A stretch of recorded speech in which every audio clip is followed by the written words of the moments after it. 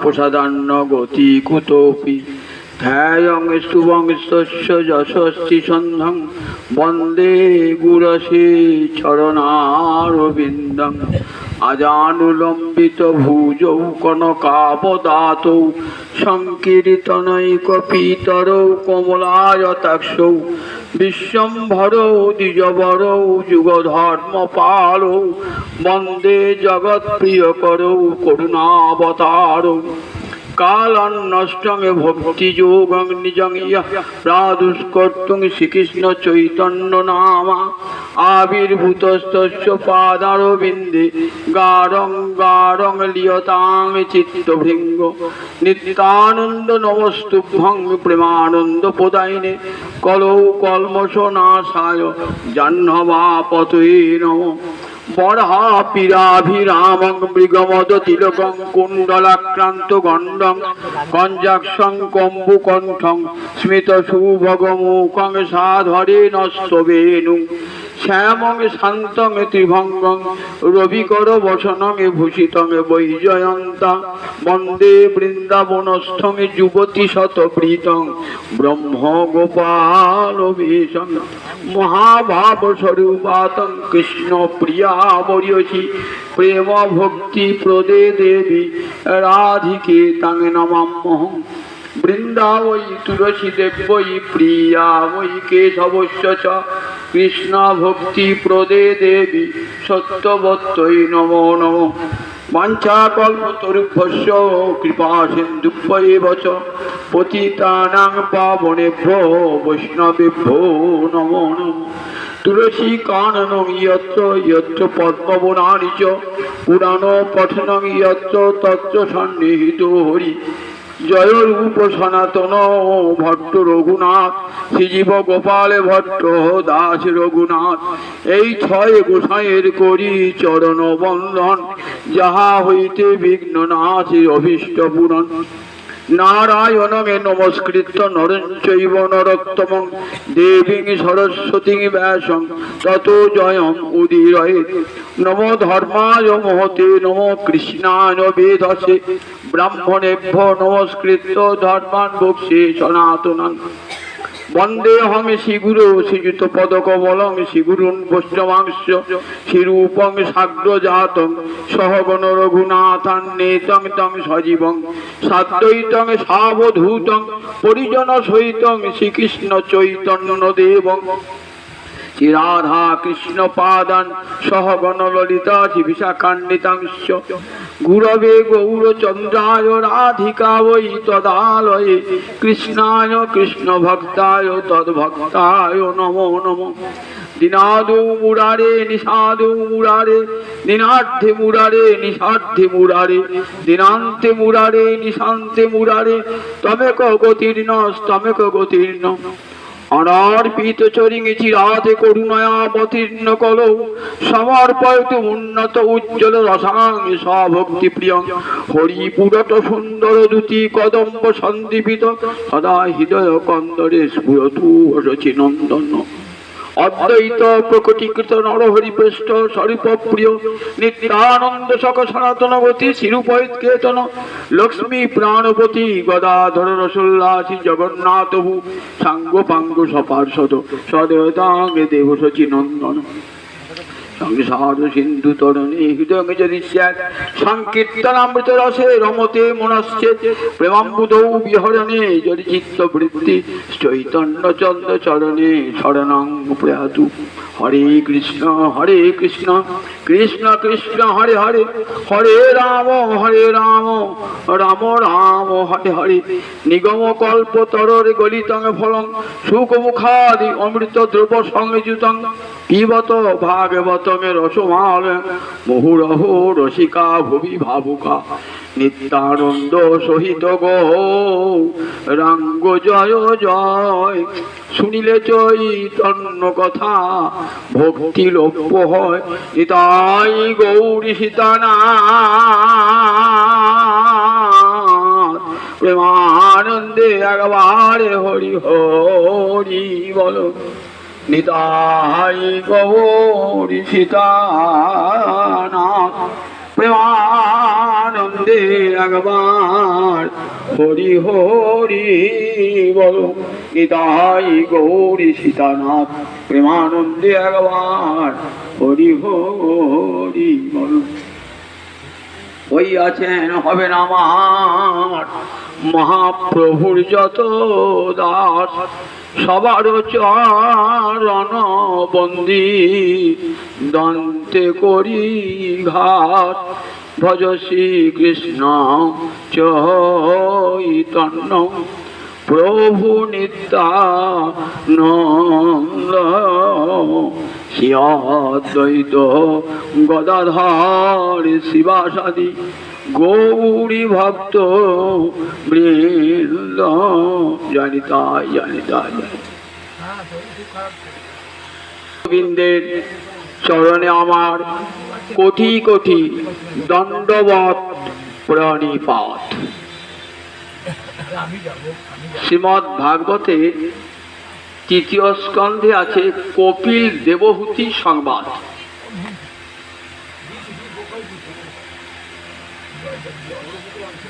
কপিল দেবহূতি সংবাদ। কপিল ভগবানের একটি অবতার। সত্য যুগে এই কপিল অবতারের আবির্ভাব। কার পুত্ররূপে? কর্দম ঋষি এবং দেবহূতি, মনুকন্যা দেবহূতি। আর কর্দম ঋষি ব্রহ্মার পুত্র কর্দম, সেই কর্দম ঋষির মিলনে এই কপিল দেবের আবির্ভাব।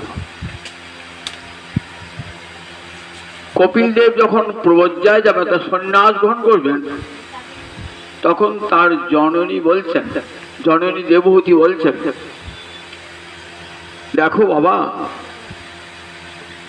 তোমার পিতা গিয়েছেন সন্ন্যাসী, তোমাদের বোনেদের সব বিবাহ হয়ে গেছে, তুমিও চললে সংসার ছেড়ে। এখন আমি রইলাম অভাগিনী হয়ে, বলো আমার কিসে মুক্তি হবে? আমি কেমন করে সংসার সাগর পার হব?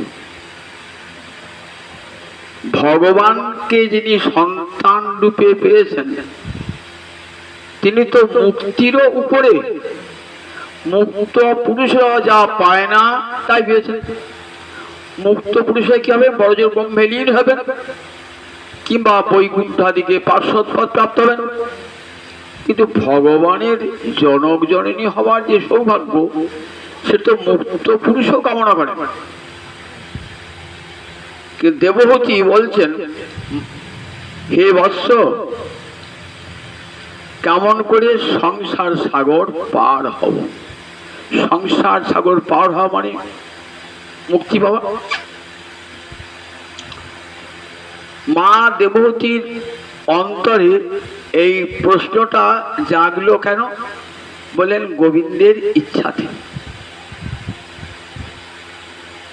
জগতের জীব ভগবান মাকে সংসার সাগর পার হবার যে উপায় বর্ণনা করেছেন, সাধু ঋষিরা সেটি বর্ণনা করবেন, আর জগতের জীব কান পেতে বসে বসে শুনবে। তখন তারা সেই পথ অবলম্বন করে সংসার সাগর পার হয়ে যাবে। এই উদ্দেশ্যেই মায়ের অন্তরে এই প্রশ্নটা জাগিয়ে তুলেছে। তখন ভগবান কপিল দেব বলছেন যে, দেখো মা, সংসার সাগর পার হবার জন্যে যোগীরা যোগ সাধন করেন, জ্ঞানীরা জ্ঞান সাধন করেন, নিষ্কাম কর্মীরা নিষ্কাম কর্ম করেন, ধ্যানীরা ধ্যান করেন, তপস্বীরা তপস্যা করেন। সে তো বড় কঠিন কাজ। বলে, হ্যাঁ বাবা, আমি তো ওসব করতে পারবো না। আমি তো একজন সাধারণ রমণী, আমি তো যাগযজ্ঞের কিছু বুঝি না, আর তপস্যা ধ্যান বা জ্ঞানাদিরও কিছুই বুঝি না। বলেন, শোনো মা, একটা সহজ পথের কথা তোমাকে শোনাই। তুমি তোমার মা, তাই তোমাকে আমি বঞ্চনা করবো না মা। তুমি কেমন করে সংসার সাগর পার হবে, তুমি তো আমার মা, তাই তোমাকে সহজ পথটা বলে দিচ্ছি, যে আমার মাকে যাতে দুর্গম পথে হাঁটতে না হয়। বলছেন, দেখো মা, তোমাকে কিচ্ছু করতে হবে না, তোমাকে যাগ যজ্ঞ তপস্যা বেদ পাঠ কিছুই করতে হবে না। তাহলে কি করবো বাবা? বললেন, শতাং প্রসঙ্গানে মম বীর্য সংবিদ ভবন্তি হৃৎকর্ণ রসায়না কথা। মা, তুমি সাধুদের সভায় গিয়ে হাজির হবে, সাধুদের সভায় গিয়ে হাজির হবে। শতাং প্রসঙ্গা, সেই সাধুদের সভায় থাকলে কি হয়? বলছে সাধুদের সঙ্গটা প্রকৃষ্ট সঙ্গ। আপনি যদি একটা বিষয়ী সংসারে মানুষের সঙ্গ করেন, তাহলে সে নিজের সুখ দুঃখের কথা, টাকা পয়সার কথা, রাজনীতির কথা, দেশের কথা এসব শোনাবে। সে তো আপনাকে হই কথা শোনাবে না। আর সাধু, সাধু জানেন জগতে একটা কথাই শোনবার, একটা কথাই বলবার। কি সেই কথা? না, হরি কথাই একমাত্র শ্রোতব্য, হরি কথাই একমাত্র বক্তব্য। তাই সাধুরা কৃষ্ণ কথা ছাড়া আর অন্য কোনো কথা বলেন না। সাধু বললে আমরা একটা কি বুঝাই? সাধু চেনা আমাদের পক্ষে বড় কষ্টকর। আমরা সাধু চেনা একটা সহজ উপায় দেখতে পাই, গেরুয়া কাপড় পরেছে, মাথায় বিরাট জটা আছে, হাতে একটা ত্রিশূল আছে, আর সংসার সেদিকে বট গাছের তলায় বসেছে। আমি বলি, বাবা বিরাট সাধু, হাত দেখছে, ভূত ভবিষ্যৎ সব বলে দিচ্ছে। বললেন, দেখো, অত বড় প্রবঞ্চক আর জগতে হয় না।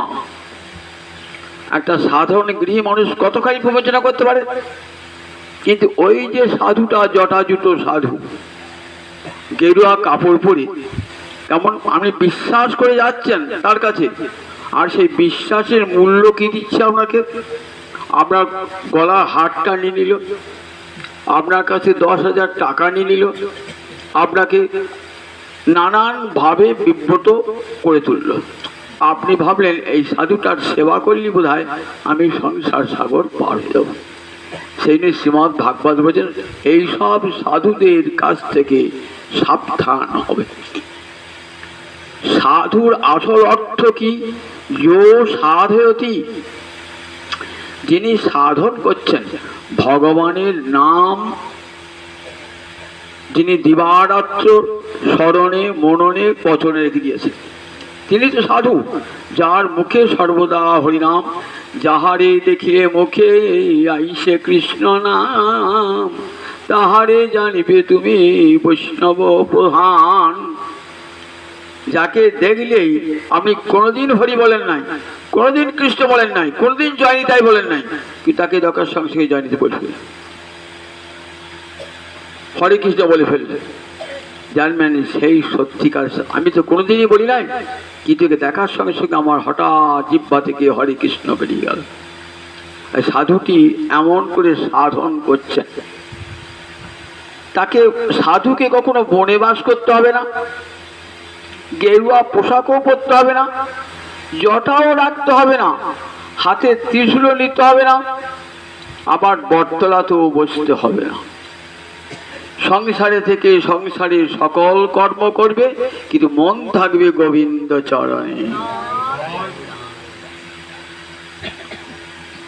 মন থাকবে গোবিন্দ চরণে।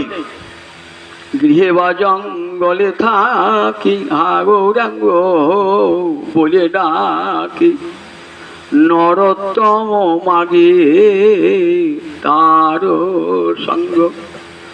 নরোত্তম ঠাকুর আমাদের সাধু চিনি দিয়ে গেলেন। কারা সাধু?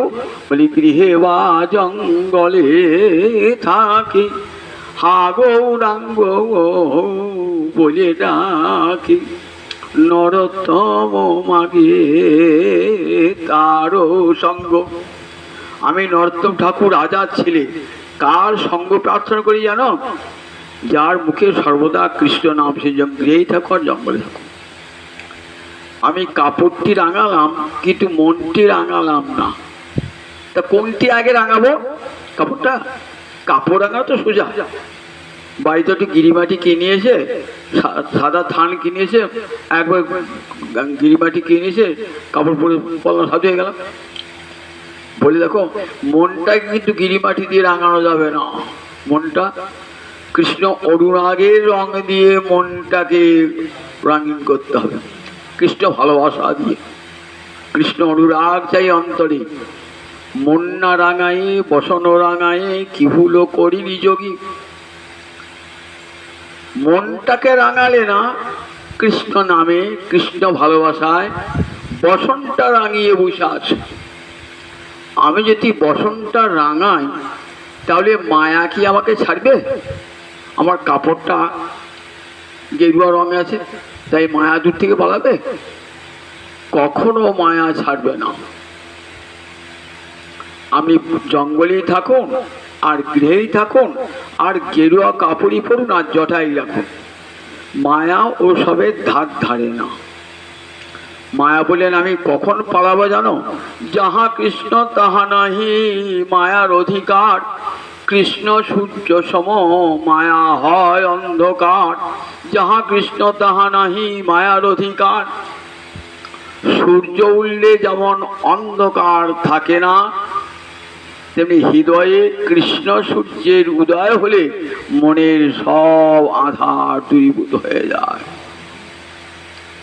আর তখন মায়া আমার মনটাকে মলিন করতে পারে না।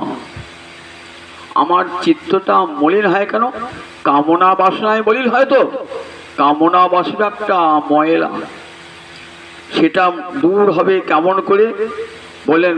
এই যে মনের উপর যে ময়লাটা না, এটা ত্যাগ করা সহসা কেউ ত্যাগ করতে পারে না। কি ত্যাগ করা যায়?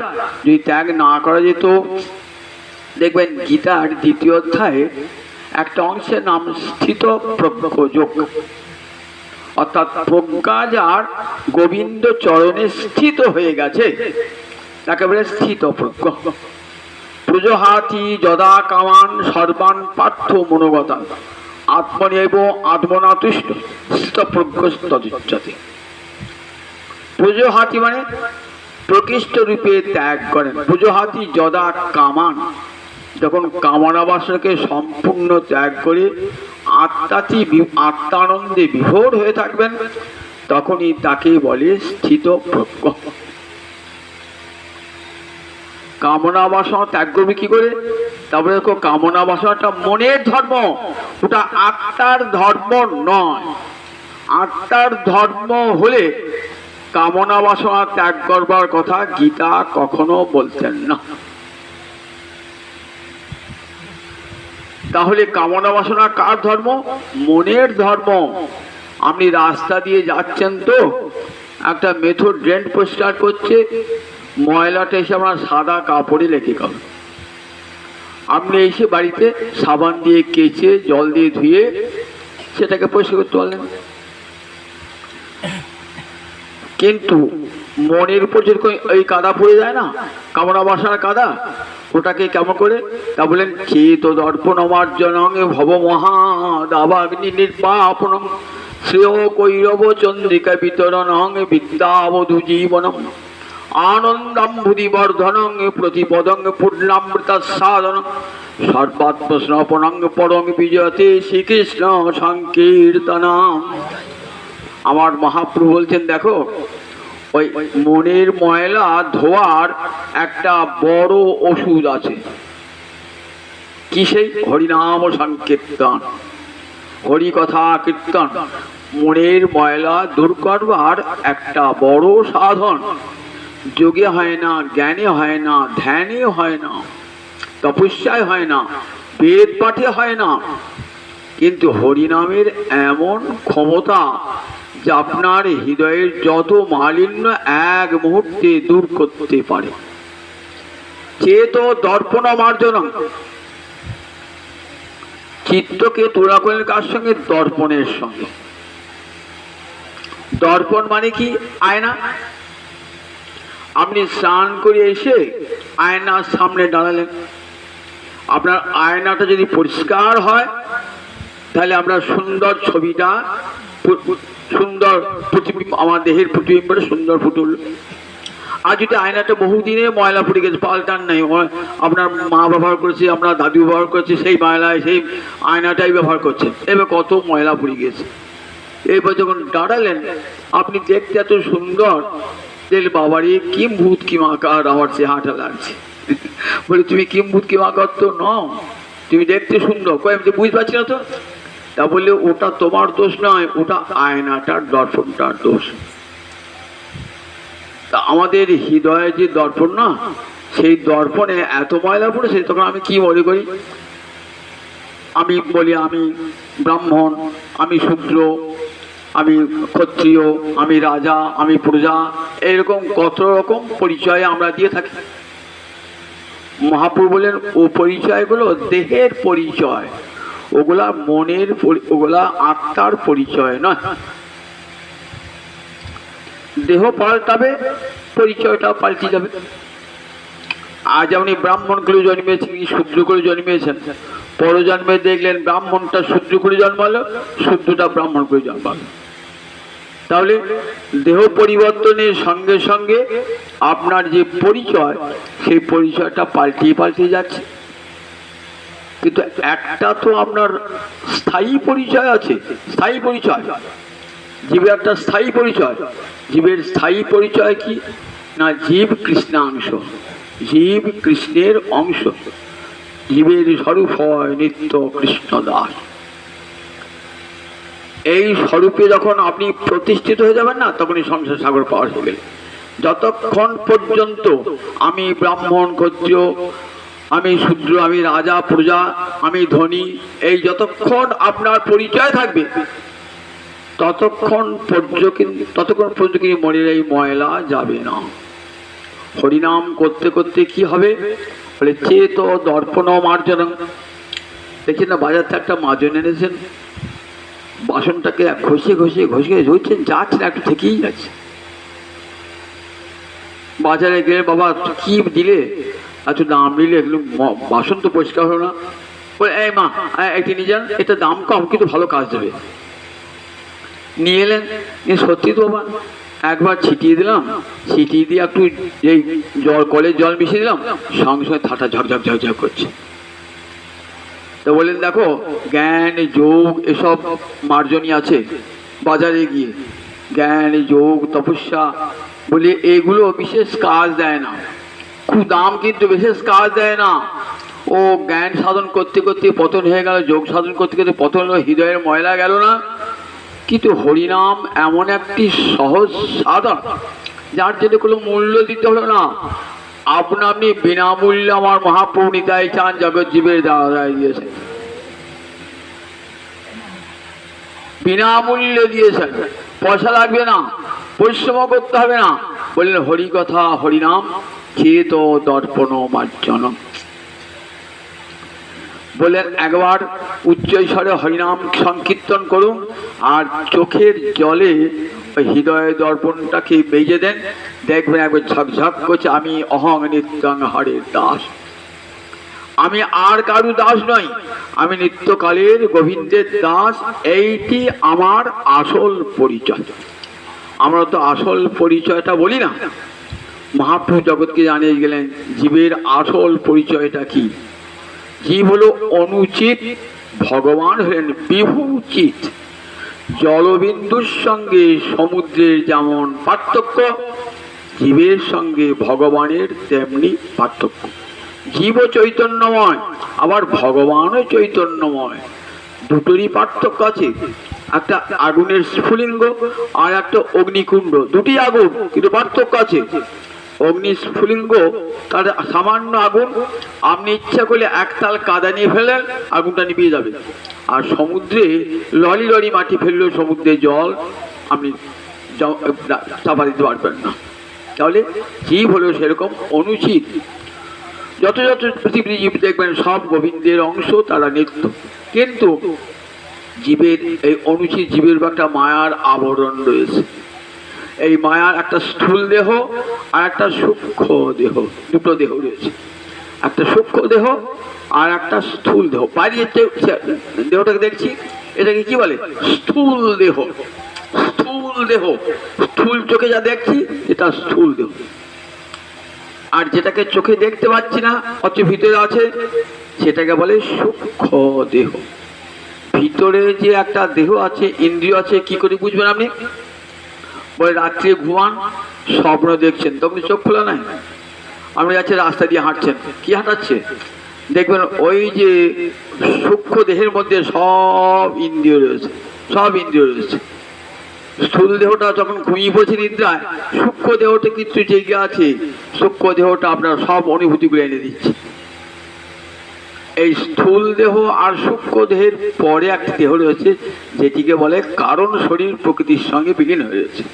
এরপরে জীবাত্মা, 5টা কোষ দিয়ে ঢাকা এই জীবাত্মা। 5টা কোষ কি কি? অন্নময় কোষ, প্রাণময় কোষ, মনোময় কোষ, বিজ্ঞানময় কোষ, আনন্দময় কোষ। 5টা আবরণ দিয়ে ঢাকা রয়েছে এই জীবাত্মা। ফলে জীব তার নিজের স্বরূপ বুঝতেই পারছে না। তাহলে কি করতে হবে না, ওই 5টা কোষের আবরণ সরাতে হবে। কি করে আবরণটা সরাবো? তারপরে হরে কৃষ্ণ কৃষ্ণ কৃষ্ণ হরে হরে, হরে রাম রাম রাম হরে হরে। এই যে মহামন্ত্র দিলেন, এর দাম কম নয়। সমস্ত বেদ শাস্ত্র উচ্চকণ্ঠে হরিনামের মহিমা বর্ণনা করেছেন। জগতে সব শাস্ত্র পড়ুন, রামায়ণ মহাভারত থেকে আরম্ভ করে হরিনামের উচ্চ মহিমা। এই হরিনাম কি করে? করতে করতে কি হয় বলেন, আপনা আপনি এই পঞ্চকোষ ক্ষয় হয়ে যাবে। পঞ্চকোষ ক্ষয় হয়ে যাবে, আপনাকে চেষ্টা করতে হবে না, আপনা আপনি। জড়ের দাসু যা কুসম নিগিন্নাম অনলুযথা। কপিল বলছেন মা দেবতীকে, মা জড়েতি যা আশু কোষম। আশু মানে তাড়াতাড়ি, কোষ মানে 5টা কোষ, জড়িত মানে জীর্ণ করে দেয়। 5টা কোষ খুব তাড়াতাড়ি জীর্ণ করে দেয়। ভগবানের নাম করলে এই 5টা কোষ আপনা আপনি জীর্ণ হবে। কেমন? নিগিন্নম অনলু যথা। আপনার পেটে একটা আগুন আছে, আগুনটার নাম বৈশ্বানর অগ্নি। দেখবেন গীতায় বলা আছে, অহং বৈশ্বানর ভূত্বা পচম্পন্নং চতুর্বিধম। আমি বৈশ্বানর অগ্নিরূপে 4 প্রকার অন্নকে পাক করি, রসরক্তে পরিণত করে দিই। তাহলে ভগবান অগ্নিরূপে রয়েছে। আপনারা বিভূতি যোগ পড়েছেন তো? বিভূতি যোগে দেখবেন ভগবানের যে আমি রয়েছি বৈশ্বানর অগ্নিরূপে, সব জীবের হৃদয়ে রয়েছে। সেই বৈশ্বানর অগ্নিরূপ কি করেন? আপনি খেলেন তো, খাওয়ার পর বলতে হয় কি, হে অগ্নিদেব আমার পেটে জ্বলে উঠুন, আমি যে অন্ন খেলাম আপনি যে হজম হয়ে যায়। বলেন কি? কেউ কেউ বলেন, কোনো জিনিস বলেছেন? বলেন না। কিন্তু আপনা আপনি হয়ে যায়, আপনা আপনি হয়ে যায়। হয়ে যায় যে তার প্রমাণ আমি বিচারছেন কি করি? আপনার শরীরে রস রক্ত না থাকতো তাহলে বেঁচে থাকতেন? তাহলে আপনা আপনি হয়ে যাচ্ছে, পরিষ্কার পাওয়া যায়। আপনি যে খাবারটি খাচ্ছেন, বৈশ্বানর আগুন সেটিকে পাক করে দিচ্ছে। তারপর দেখো, আমার হরিনাম করতে করতে আমার যে পঞ্চকোষ ক্ষয় হচ্ছে কি না হচ্ছে দেখতে হবে না। বলে তুমি হরিনাম করে দাও, দেখবে কোন সময় তোমার এই 5টা কোষ ক্ষয়ে গেছে, নিজের স্বরূপ উপলব্ধি হয়েছে। মাতাল যখন মদ খায় দেখবেন হুঁশ থাকে না।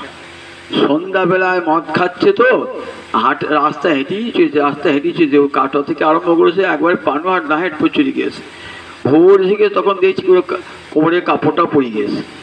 ঠিক সেই রকম হরিনাম মদে যখন মাতাল হবেন না, বাসনা বসন আপনা আপনি খসে পড়ে যাবে, তার চেষ্টা করতে হবে না, আপনা আপনি। হরিনাম মদিরা পান করলে পরে তাই চেত দর্পণ মার্জনা, চিত্ত দর্পণকে সম্পূর্ণরূপে মার্জনা করে দেয়। ভবমহা দাবাগ্নি নির্বাপনং, ভবমহা দাবাগ্নি নির্বাপনং। দাবাগ্নি মানে বনের আগুন, দাব মানে বন, বন জ্বলে যায় যে আগুনে তাকে বলে দাবাগ্নি। এই দাবাগ্নিকে নিবানো বড় কষ্টকর। দেখবেন কাগজে মাঝে খুলে দেখবেন আমেরিকা একটা বন জ্বলছে তো জ্বলছে, বছর পর বছর জ্বলছে, এত গাছপালা বিস্তীর্ণ এলাকা। কখন সে নিবিবে আগুনটা? শত শত ফায়ার ব্রিগেড নিয়ে এসে নিভিতে পারবেন না। তাহলে কি করে? যখন বর্ষার জলধারা পড়বে আপনার নিভে যাবে। বলেন এই সংসার জুড়ে মহামায়া আগুন লাগিয়ে দিয়েছে। কি আগুন? এই আগুন আমরা সবাই নিয়ে এসেছি, এ কারুর দেওয়া নয়।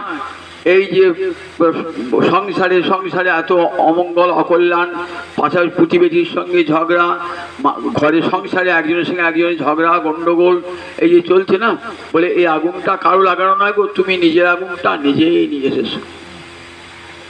এই আগুনটা আমি নিজেই নিয়ে এসেছি। এক গুরুদেব শিষ্য কাছে বলছেন, শিষ্যকে বলছেন যে একটা আগুন নিয়ে আতো।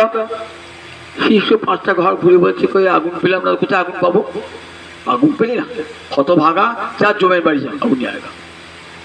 গুরুদেব বলেছেন তো জমের বাড়ি গিয়েছি। জমের কি জন্য এসেছ? তা বলে আগুন নিতে এলাম। আমাকে আগুন দিলে কে? আরে আমরা দক্ষিণ দিকে আগুন জ্বলছে, সব নারকীরা পুড়ছে। বলে ওই আগুনটা ওরা নিজেরাই নিয়ে এসছে, আবার যাবার সময় ওই আগুনটা নিজেরাই নিয়ে যাবে। আমরাও আগুনটা নিয়ে যাব, আবার আগুনটা নিয়ে আসবো। সারা অনন্ত করে ব্রহ্মাণ্ডময় এ আগুন জ্বলছে। এই আগুন নিভানো কোটি কোটি ফায়ার ব্রিগেড নিয়ে এলো, এই আগুন নিভাবে না। কি করে নেভাবে? তাহলে ভব মহাদাবাগ্নি নির্বাপন। যখন হরিনাম করতে করতে যখন প্রেমবাড়ি বর্ষিত হবে জীবের উপরে, তখন দেখবেন করুণাধারা বর্ষিত হবে। কোথায়? আপনি আপনার সব অমঙ্গল অকল্যাণ দূর হয়ে গিয়েছে, আপনার দাবাগ্নি নির্বাপিত হয়ে গেছে। ভব মহাদাবাগ্নি নির্বাপন। শ্রেয় কৈরব চন্দ্রিকা বিতরণং বিদ্যাবধূ জীবনং। শ্রেয় কৈরব চন্দ্রিকা বিতরণং। কৈরব মানে কুমুদিনী। কুমুদিনী কাকে বলে? রক্তপদ্ম। দেখেছেন রক্তপদ্ম? পদ্ম দেখেছেন তো দিনের বেলায়, আর রক্তপদ্ম কখন দেখা যায়? রাত্রিরে দেখা যায়।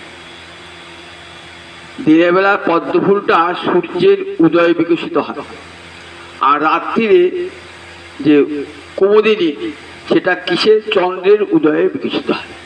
দেখবেন লাল লাল ফুল, পদ্ম ফুলটার রং সাদা, আর কিন্তু দেখবেন এই কুমুদিনীর রং লাল। চন্দ্রের কিরণে আস্তে আস্তে পাপড়ি গলে মেলে। শ্রেয় কৈরব, চাঁদের আলো যত পায় আর কুমুদিনী তত বিস্তার লাভ করে। আমাদের একটা শ্রেয় কৈরব, কৈরব মানে শ্রেয় কৈরব চন্দ্রিকা, কৈরব মানে কুমুদিনী, শ্রেয় মানে মঙ্গল, মঙ্গল রূপ কুমুদিনী সেটা বিকশিত হবে কেমন করে? শ্রেয় কৈরব চন্দ্রিকা বিতরণ। তা বললেন ওই নাম সূর্য, নাম চন্দ্রের কিরণে, নাম চন্দ্রের কিরণে দেখবেন ওই মঙ্গল রূপ যে কুমুদিনী ধীরে ধীরে ধীরে বিকশিত যাবে। শ্রেয় কৈরব চন্দ্রিকা বিতরণ নামে এমন মহিমা না, যেন চাঁদের আলোর মতন আমার যত অমঙ্গল দূর করে দিয়ে মঙ্গলের বিকাশ ঘটাবেন। শ্রেয় কৈরব চন্দ্র বিতরণ বিদ্যাবধূ জীবনং। বিদ্যারূপ বধূ জীবন স্বরূপ। বিদ্যা কাকে বলে? সা বিদ্যা যা মুক্তয়ে। উপনিষদ বেদ বলেছেন তাকেই বিদ্যা বলা হবে যে বিদ্যা মুক্তি এনে দেয়। আমরা স্কুল কলেজে যে বিদ্যা পাই সেটা কি মুক্তি এনে দেয় নাকি? মুক্তি আনে না, সংসারে আরো বেশি করে জড়িয়ে দেয়, বেশি করে ভোগবিলাসের পথ দেখিয়ে দেয়। আর আমাদের বেদ উপনিষদ কি বলেছেন? সা বিদ্যা যা বিমুক্তয়ে। তাকেই বিদ্যা বলা হবে যে বিদ্যা বিমুক্তি, বিশেষ মুক্তি এনে দেবে। এই বিদ্যাটার নাম পরাবিদ্যা। পরাবিদ্যা মানে সর্বশ্রেষ্ঠ বিদ্যা। ভারতবর্ষের ঋষিরা বললেন দে বিদ্যে বেদিতব্যে পরাচ অপরাচ। দুটো বিদ্যা শিখতে হবে, একটা পরাবিদ্যা, একটা অপরাবিদ্যা। অপরাবিদ্যাটা জগতে বাঁচবার জন্য অপরাবিদ্যাটা, আর পরাবিদ্যাতে ভগবানকে জানবার জন্য। জগৎকে জানবার জন্যে অপরাবিদ্যা, ভগবানকে জানবার জন্য পরাবিদ্যা। এই বিদ্যাটা কিন্তু সবাই হতো, অধিকারী ভেদ ছিল, অধিকারী ভেদ। সবাই এই বিদ্যা লাভ করতে পারবে। কিরকম অধিকারী ভেদ? ছান্দোগ্য উপনিষদ একটা কাহিনী আছে। জাবাল বলে একটি ছেলে, সে একটা নদীর তীরে থাকতো, মা তার ঝি পরিচারিকা। নিকটেই রয়েছে গুরু গৌতম, তিনি বেদ বিদ্যা শিক্ষা দান করেন। গুরুর কাছে গিয়ে দাঁড়িয়েছে, গুরুদেব আমি বেদ বিদ্যা শিক্ষা লাভ করতে চাই। গুরুদেব বলছেন তোমার নাম কি, তোমার গোত্র কি, তোমার বংশ কি, সব পরিচয় দাও। ওই তা তো জানি না। তাহলে মায়ের কাছে জেনে এসো। মায়ের কাছে গেলেন, মা বলে দেখ তোর পিতার নাম আমি জানি না, যৌবনী তোর পিতাকে হারিয়েছি আমি, আর আমি তো দাসীবৃত্তি করে খাই, আর গোত্র বংশ কিছুই আমি জানি না। তাই আমার গুরুদেব পাবেন না, তুই বলবি যে আমি জবালার সন্তান, আমার নাম জাবাল। তার যদি গুরুদেব দীক্ষা দেন বা গুরুদেব যদি শিক্ষা দেন গ্রহণ করব। আবার দাঁড়িয়েছে, অনেকগুলি ছেলে পড়ছে গৌতমের আশ্রমে, বলছে আমার বাবার নাম জানি না, আমি কোন গোত্রের কোন বংশের তাও জানি না। পাশাপাশি সব ছেলেরা হাসাহাসি করছে, যার পিতৃ পরিচয় নাই সে তো উপহাসের পাত্র। ধিক্কার দিচ্ছে, লজ্জা পাচ্ছে, ছেলেটি মাথাটি নিচু করে আছে। গুরু গৌতম কি করলেন, উঠে দাঁড়িয়ে পড়লেন, দাঁড়িয়ে এসে ছেলেটিকে আদর করে কাছে ডেকে বললেন, তুমি যথার্থ ব্রাহ্মণ, আমি তোমাকে যথার্থই তোমাকে বেদ শিক্ষা দান করব। আজ থেকে তোমার নাম হলো সত্যকাম। দেবে রবীন্দ্রনাথের ওই একটা কবিতা আছে ব্রাহ্মণ বলে, তাতে আছেন এই সত্যকাম, জাবাল সত্যকামের কাহিনী আছে। আমি এই কাহিনীটা ছান্দোগ্য উপনিষদের। এই পরাবিদ্যা বলে সেই বিদ্যা যে বিদ্যার দ্বারা ভগবানকে জানা যায় তাকে বলে পরাবিদ্যা। অথ পরা জয়া তদ অধিগম্যতে, তাকেই পরাবিদ্যা বলা হবে যে বিদ্যা দ্বারা পরম তত্ত্বকে ভগবানকে জানা যায়। সা বিদ্যা শ্রীমদ্ ভাগবত আছে, সা বিদ্যা তন্মতির জয়া, তাকেই বিদ্যা বলা হবে যে বিদ্যা ভগবানের মতি এনে দেয়, তাকেই বিদ্যা বলা হবে। আবার মহাপ্রভুর আয়রাবন্ধু সংবাদে প্রভু কহে বিদ্যা মধ্যে কোন বিদ্যা সার, রায় কহে কৃষ্ণ ভক্তি বিনা বিদ্যা নাহি আর। কৃষ্ণ ভক্তি ছাড়া জগতে আর দ্বিতীয় বিদ্যা নাই। যে বিদ্যায় কৃষ্ণকে জানানো হয়, যে বিদ্যায় ভগবানকে জানা হয়, সেই বিদ্যাই তো আসল বিদ্যা। আমি পড়লাম বহু শাস্ত্র, চারি বেদ, 6 দর্শন পড়লাম, কিন্তু ভগবান কি জানলাম না। বলেন তোমার ওই বিদ্যার মুখে ছাই, হরিনা জানিয়ে লাখো জানো যদি, সে জানা কেবল ছাই। চারি বেদ সরদর্শন পড়িয়াছে যেই জন,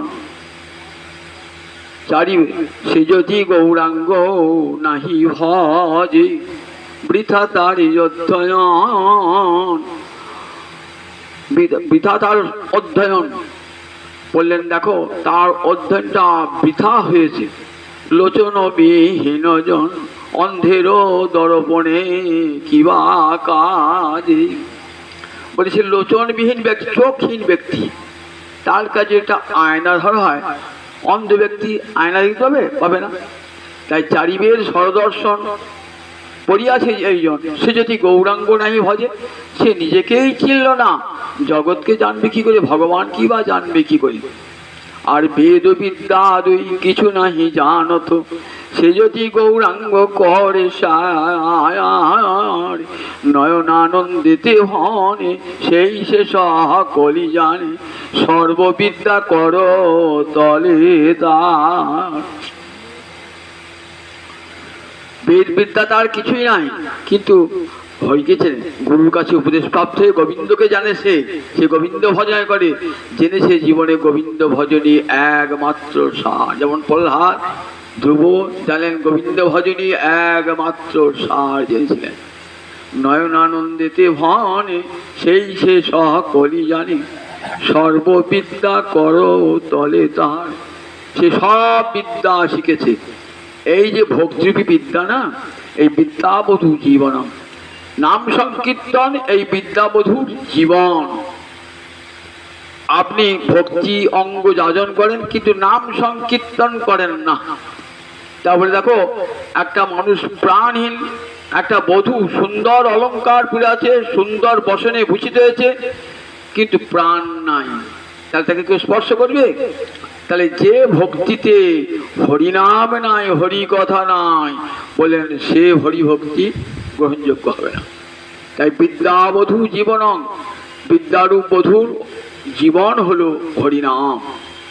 বিদ্যা আনন্দাম্বুধি বর্ধনং প্রতিপদং পূর্ণামৃত সাধনং। আনন্দাম্বুধি বর্ধনং,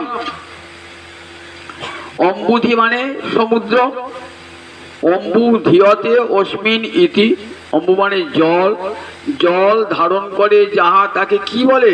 সমুদ্র। তার সমুদ্র অম্বুধি, প্রেমাম্বুধি বলে। দেখো কি হয়, বিদ্যা আনন্দাম্বুধি বর্ধনং প্রতিপদং, অম্বুধি আনন্দের সমুদ্র, বর্ধনং বেড়ে বেড়ে যায়। সমুদ্রে জল কখন বাড়ে বলুন দেখি? পূর্ণিমায় জোয়ার ভাটা দেখা যায়, সমুদ্রের জল বাড়ে। সমুদ্রে যেমন তেমনি আজকে উত্তাল তরঙ্গ হয়, পূর্ণিমার দিন একবারে উঁচু হয়ে উঠছে জল, একবারে একবার আটটাল গাছ সমান। বলেন দেখো যত হরিনাম করবেন, হরে কৃষ্ণ কৃষ্ণ কৃষ্ণ হরে হরে, হরে রাম রাম রাম হরে হরে, হৃদয়ে যে প্রেম সমুদ্র উত্তাল হয়ে উঠবে, উত্তাল হয়ে উঠবে। আনন্দাম্বুধি বর্ধনং প্রতিপদং পূর্ণামৃত সাধনং। প্রতিপদং, যতবার হরিনাম করবেন না ওই ততবার অমৃতের আস্বাদন, যতবার নাম করছেন না ততবার অমৃতের আস্বাদন হচ্ছে। প্রতিপদং পূর্ণামৃত, স্বর্গের অমৃত খেয়ে কতদিন বাঁচবেন? একটা দীর্ঘ জীবন লাভ করলেন। কিন্তু এই যে নামামৃত সুধা, বলেন এর তুলনা নাই। আপনার আর জীবনে কোন একদিন স্বর্গের অমৃত খেয়েও মৃত্যুবরণ করতে হবে, কিন্তু এই হরিনামামৃত মানুষকে অমর করে রেখে দেয়, কোনোদিন আর মৃত্যুকে বরণ করতে হবে না, জন্ম মৃত্যু চক্রেই সে আর থাকবে না। তাই প্রতিপদে অমৃতের আস্বাদন হয়, যতবার নাম করবেন ততবার অমৃতের আস্বাদন। আর সর্বাত্মসমর্পণং পরং বিজয়তে শ্রীকৃষ্ণ সংকীর্তনং। সর্বাত্মসমর্পণং, সমস্ত আত্মা, আত্মা এখানে আত্মা বলতে মন, দেহ, ইন্দ্রিয় সব কিছুকেই স্নান করিয়ে দেয়।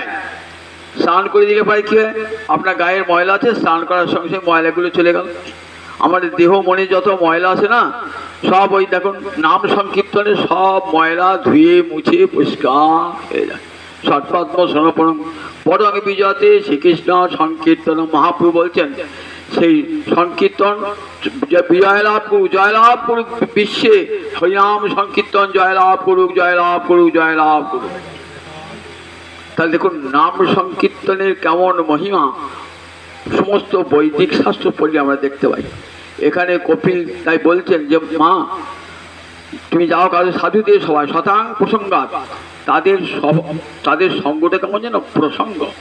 প্রসঙ্গ মানে প্রকৃষ্ট, পুরা উপসর্গের অর্থ হলো প্রকৃষ্ট। উপসর্গ কি করে? ধাতুর অর্থকে বিস্তার করে, ধাতুর অর্থকে অন্যভাবে প্রকাশ করে। তাই প্রকৃষ্ট সঙ্গ মানে প্রসঙ্গ মানে প্রকৃষ্ট সঙ্গ। সাধুদের সঙ্গটা হলো প্রকৃষ্ট সঙ্গ। যত বিষয়ের সঙ্গ করবেন তত দেখবেন বিষয়ের জ্বালা বেড়ে বেড়ে বেড়ে বেড়ে যাবে। বিষয় লোকে সঙ্গ করলে পারে। সেখানে শ্রীমদ্ ভাগবতে উদ্ধবকে ভগবান বলছেন তত দুঃসঙ্গম উৎসৃজ্য সৎসু সজ্জিত বুদ্ধিমান। বললেন দুঃসঙ্গ সব সময় পরিত্যাগ করবে। যার মুখে হরিনাম নাই তার কাছে যাবে না, তার মুখ দেখবে না। সেই বিষয়ী ব্যক্তির মুখ দর্শন করলে পারে তোমার হৃদয়ে যেটুকু হরিভক্তি সেটাও দূর হয়ে যাবে। তাই যার মুখে ভাই হরি কথা নাই তার কাছে তুমি যেও না। তাই যার মুখে হরি কথা নাই, হরিনাম নাই, তার সঙ্গ কখনো করো না। মা তুমি যাও যারা সব সময় হরিনাম পরায়ণ সেই সাধুদের সভায় যাও। শতাং প্রসঙ্গ দেখবে সাধুরা কি করছেন? মম বীর্য সংবিদ, আমার মহিমার কথা বলছেন, আমার রূপের কথা, আমার গুণের কথা, আমার লীলার কথা, আমার পরিকর্যের গুণের কথা, নাম রূপ গুণ লীলা পরিকর তারা বর্ণনা করছেন, হরিনামের মহিমা বর্ণনা করছেন, তার লীলা বর্ণনা করছেন। তারা একটা একটা কিছু নিয়ে আছেন। কি করেন? ইষ্টগোষ্ঠী। ইষ্টগোষ্ঠী মানে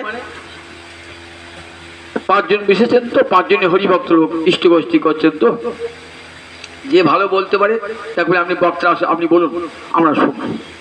এর করে একজন বললো আর পাঁচজন বসে শুনলো, এর নাম ইষ্টগোষ্ঠী। বিষয়ের কথা না বলে একসঙ্গে বসে একটা রামায়ণ পড়ুন, মহাভারত পড়ুন, চৈতন্য চৈতামৃত পড়ুন, কি খঞ্জরিবাজি হরিনাম করুন।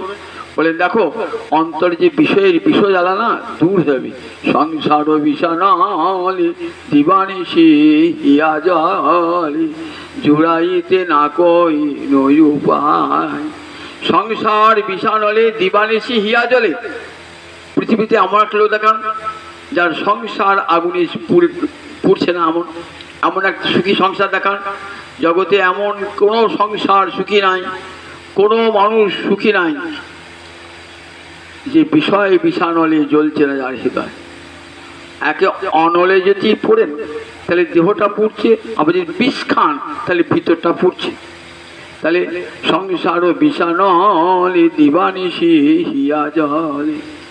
একদিকে বিষ খাচ্ছি, আবার একদিকে আগুনের দেহটাকে পোড়াচ্ছি সংসার তাপে। দিবানিশি হিয়া জলে, হৃদয়টা জ্বলে পড়ে যাচ্ছে। জুড়াইতে না কই নই উপায়। জুড়াইতে তার উপায় করি নাই। আমি তো কি করে যখন আগুনে জ্বলছেন তখন কি করবে লোক? সমুদ্রে ঝাঁপ দেবে। তা বলে দেখো আগুনে জ্বলছে দেহটা, যদি বাঁচতে হয় ওই প্রেম সমুদ্রে ঝাঁপ দিয়ে দাও, দেখো জীবন শীতল হয়ে যাবে। জুড়াইতে না কই নই উপায়।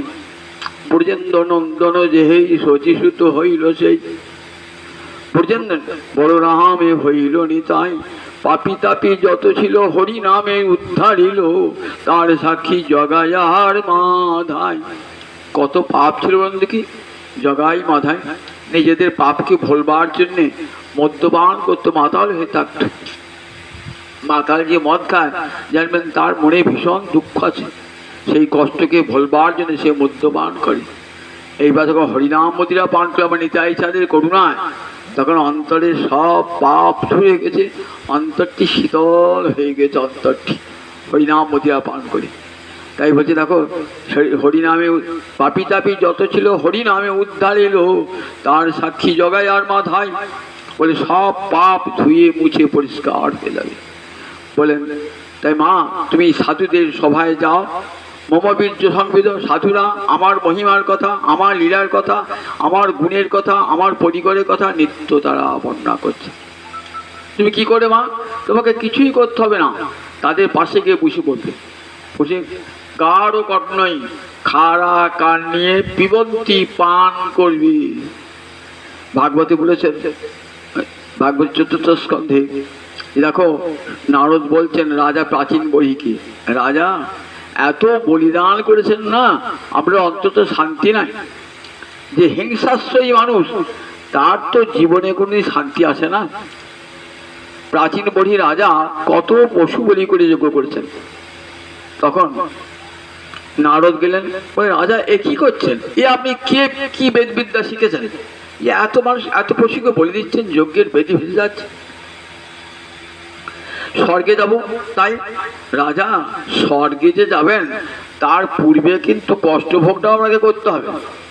কিরকম না, যতগুলো প্রাণী আপনি বধ করেছেন ততগুলো প্রাণী আগে আপনাকে বধ করবে, তবে তো স্বর্গে যাবেন।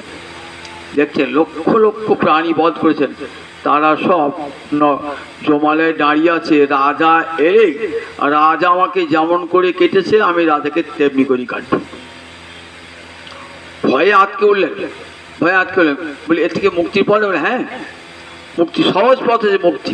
রাজা আপনি সাধুদের সভায় যান, সাধুদের সভায় গিয়ে হরিকথা অমৃত পান করুন, দেখবে অমৃতের নদী বইছে সেখানে। সাধুদের সভায় হরিকথা অমৃতের নদী বইছে। আপনি গিয়ে সেখানে কানটা পেতে দেবেন, তারপরে শুনবেন গাঢ় কর্ণই। বলে কানটি খাড়া করে শুনবেন, কিন্তু খুমুলে চলবে না। খুমুলে হরিকথা আগে ঢুকলো আগে বেরিয়ে গেল। তাই দেখুন হরিকথা আর শোনবার টুবে না, হরিকথাকে বলতে হয় হে হরিকথা মহাদেবী, তুমি কৃপা করে যেন আমার কর্ণে প্রবেশ করো, আমার যেন ভাগবতের সভায় গিয়ে ঘুম না আসে, হরিনাম কীর্তনে আসনে গিয়ে আমার যেন ঘুম না আসে, ঘুম একটা লয়। তাই সেই জন্যে গাঢ় কর্ণে এই দুটো পান পাত্র পেটে দেবেন। বললেন অমৃতের নদী বইছে তো, গাঢ় কর্ণই বললেন, গাঢ় কর্ণ মানে কান দুটি খাড়া করে শুনবেন হরিকথা অমৃত। দেখবেন দুটি কান দিয়ে যখন ওই অমৃত হরিকথা অমৃত প্রবেশ করছে না, দেখবেন সব অমঙ্গল কোথা দিয়ে চলে গেল। যতচ্যুত কথালাপ কর্ণ পীযুষ বর্জিতং তদ্দিনং দুর্দিনং মন্যে ন বেকাচ্ছন্নং দুর্দিনং। আমরা কাকে দুর্দিন বলি? মেঘ সারা আকাশ জুড়ে মেঘ করেছে, এখনই ঝড় বৃষ্টি বাদল হবে, কিংবা হঠাৎ করে দুঃসংবাদ এসে গেছে, কোনো নিজজনে বিয়োগ হয়েছে, তাকে আমরা দুর্দিন বলি। শাস্ত্র বলেন না না গো, ও তো সংসার করতে গেলে আসবে, দুর্দিন আসবে। আসল দুর্দিন কখন জানো? যদচ্যুত কথালাপ কর্ণ পীযুষ বর্জিতং। অচ্যুত কথালাপ, গোবিন্দের কথা পীযুষ মানে অমৃত, সেটি যখন দুই কানে প্রবেশ করে না, জানবেন আজ আমার জীবনের পরম দুর্ভাগ্য, আমার কানে আজ হরি কথা ঢুকলো না। বিষয় কথায় দুটো কান ভর্তি হয়ে গেল, হরি কথা প্রবেশ করলো না। তাই যদচ্যুত কথালাপ কর্ণ পীযুষ বর্জিতং বলেন। তাই হরি কথা কানে প্রবেশ না করে সেই দিনটা দুর্দিন, ন বেকাচ্ছন্নং দুর্দিনং, তাকে দুর্দিন বলা হবে না। তাই মা তুমি যাও, সেখানে গিয়ে শতাঙ্গ প্রসঙ্গাত মম বীর্য সংবিদ ভবন্তি হিতকর্ণের রসায়ন তজ্জোসনাথ। যোসন মানে সেবা, তুমি হরিকথার সেবা করো গা। সংস্কৃত জুড়ে অর্থ সেবা। কিরম সেবা? হরিকথা যিনি বলছেন তিনি হরিকথার সেবা করছেন, আর হরিকথা যিনি শুনছেন তিনিও হরিকথার সেবা করছেন। বক্তা শ্রোতা উভয়ই হরিকথার সেবা করছেন। তজ্জোসনাথ, মা তুমি গিয়ে সেই হরিকথা শুনবে, কান পেতে বসে বসে, তোমার কিচ্ছু করতে হবে না, কান পেতে বসে বসে শুনবে। তাহলে কি হবে বাবা?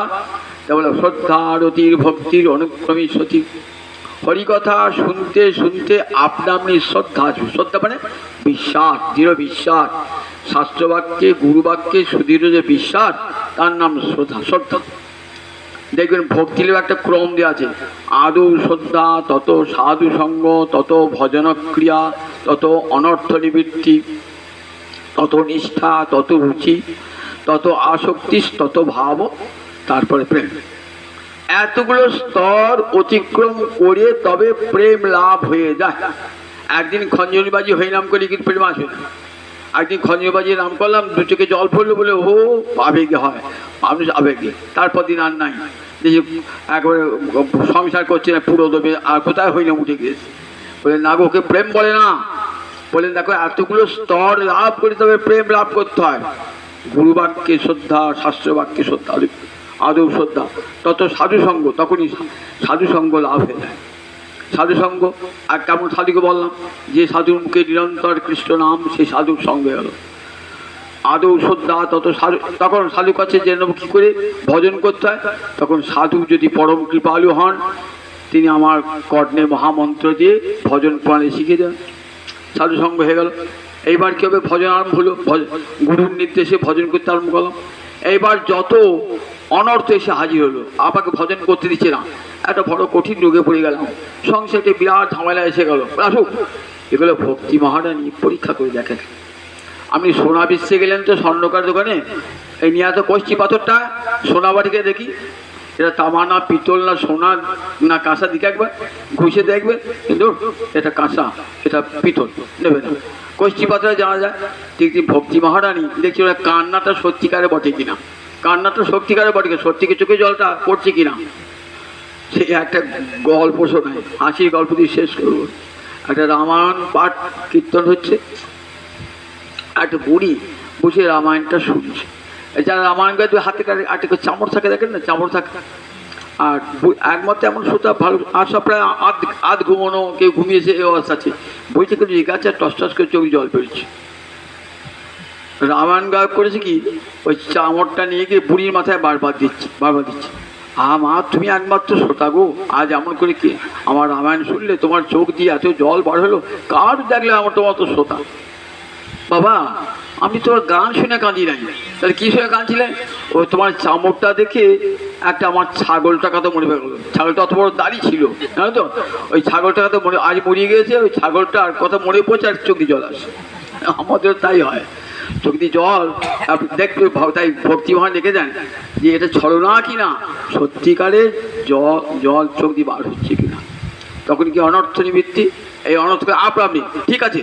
যত বিপদ আপদ আসুক আমি কৃষ্ণ ভজন কখনোই ত্যাগ করবো না, আমার গুরুবাক্যে সুদৃঢ় বিশ্বাস থাকতেই হবে। তখন দেখবে আপনি আপনি অনর্থ সব পাবে। অনর্থ নিবৃত্তি, অনর্থ নিবৃত্তি হয়ে গেলে এবার নিষ্ঠা। জোর করেই করছেন না, আমাকে গুরুদেব বলেছেন 16টা মালা জপ করতে আমি রোজই করবো, যত কষ্ট করবো। নিষ্ঠা জোর করেই করছেন, ভালো লাগছে না, করতে করতে করতে রুচি এসে যাবে, ভালোবাসতে ইচ্ছা হবে। তারপরে আসক্তি, অর্থাৎ যার নাম করছেন না তাতে ভালোবাসা এসে যাবে। তারপরে কি আসবে? তারপরে রতি বা ভাব আসবে আসক্তির পর। রতি মানে কৃষ্ণ প্রেম লাভ হবার পূর্বাবস্থা করে রতি। তারপরে স্তরটা নাম হলো প্রেম। সাধন ভক্তি হইতে হয় রতির উদয়, রতি গাঢ় হইলে তারে প্রেম নাম কয়। এই হরিকথা শুনছেন, হরিকথা কীর্তন করছেন, এমনি করতে করতে রতির উদয় হলো, রতি গাঢ় হলে তাকে প্রেম নাম হয়। এখানে বলছেন দেখো তোমাকে চেষ্টা করতে হবে না, শ্রদ্ধা রতির ভক্তির অনুপ্রবিশতি। আপনার তোমার চেষ্টা করতে হবে না, আপনি শ্রদ্ধা থেকে এতগুলি স্তর তুই পার হয়ে করবে করবে, ঠিক দেখবে তুমি প্রেমের সাগরে ভাসছ। তখন দেখবে তোমার জীবনটা কেমন মধুময় হয়েছে, কৃষ্ণ প্রেমের সাগরে তোমার জীবন ভাসছে। তাই জগৎকে শিক্ষা দিন, দেখো দেখো যদি কৃষ্ণ প্রেম সহজে লাভ করতে চাও তাহলে সাধু সঙ্গ সবচেয়ে বড় দরকার। সাধু সঙ্গ ছাড়া কৃষ্ণ প্রেম লাভ হয় না। অসাধুর সঙ্গ করলে পরে নরকবাস, সাধুর সঙ্গ করলে স্বর্গবাস। তাই যখন দেখবেন হরিকথা হচ্ছে সেই আসর চলে যান, সাধুগুণের সঙ্গ করুন, দেখবেন ধীরে ধীরে ধীরে মন কেমন ভগবানের দিকে ধীরে ধীরে যাচ্ছে।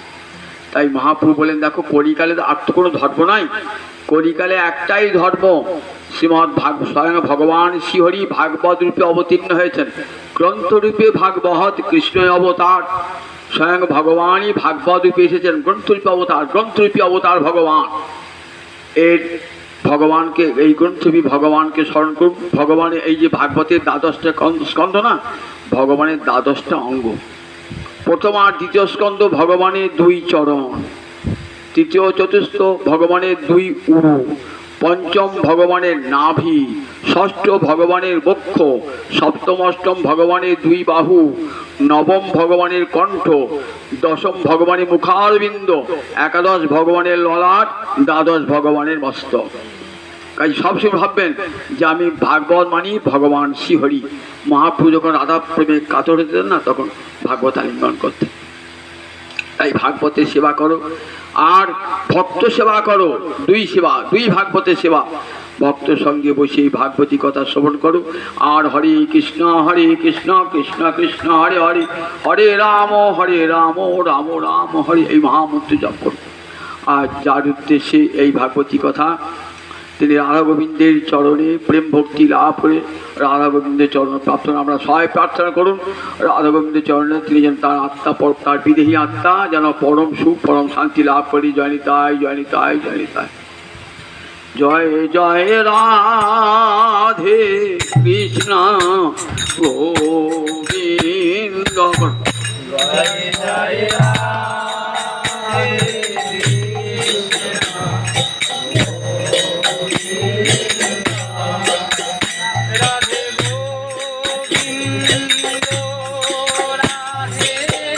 গোবিন্দ।